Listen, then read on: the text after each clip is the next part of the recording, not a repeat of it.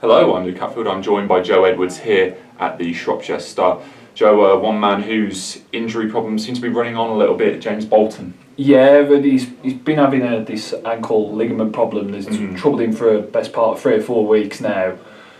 The club expected him to be back in the fold and back, ready to return to action for the weekend, but doesn't look to be the case. It's still troubling him.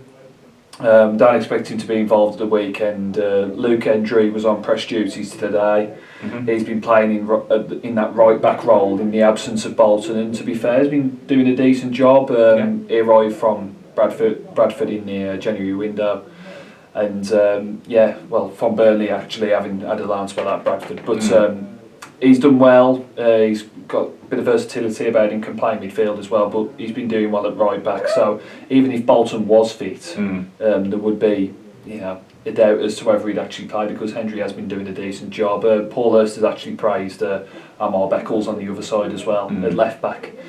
He's a centre half by trade. He's been playing there as of late and he's been doing a fantastic job. So Bolton, he's a miss because he, for large spells of the season he has been first choice, but for now others are stepping up to the plate. That's it, and a bittersweet news for Shrewsbury, the call up for Dean Henderson for the England under-21s. It's always great news to see someone getting called up for the national side, but it does mean that he might miss a game. Yeah, and it looks like there'll be that Northampton game, doesn't it? The AFC Wimbledon.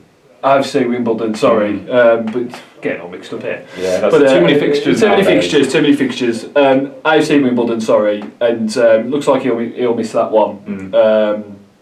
It's a shame because Dean has become a fan favourite amongst town supporters. Put in some great performances. And he fully deserves to be there. Whether he'll actually play, it remains to be seen. I think Angus Gunn is very much seen as the number one for England under 21s, and Freddie Woodman as well. His under 20 heroics have boosted his stock. So Dean will do well to get some game time. But best of luck to him.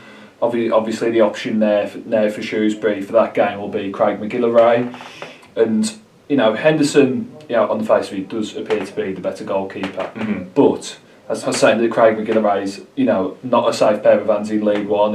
Whenever he's come in, he's looked assured. He's done a good job. One of the games I covered down at Portsmouth, he put a fantastic performance in that day. So, of course, you want your number one keeper in the sticks. But a bit of a silver lining is that whenever McGillivray's come in this season, he's done a steady job. Hasn't been, outstanding, and hasn't put in the some of the match-winning performances that Dino has, but he's a safe pair of hands, and that shouldn't really be too much of a problem for Town. I just imagine the most frustrating thing for Paul Hurst is if he goes and then he doesn't play. That will be the frustration.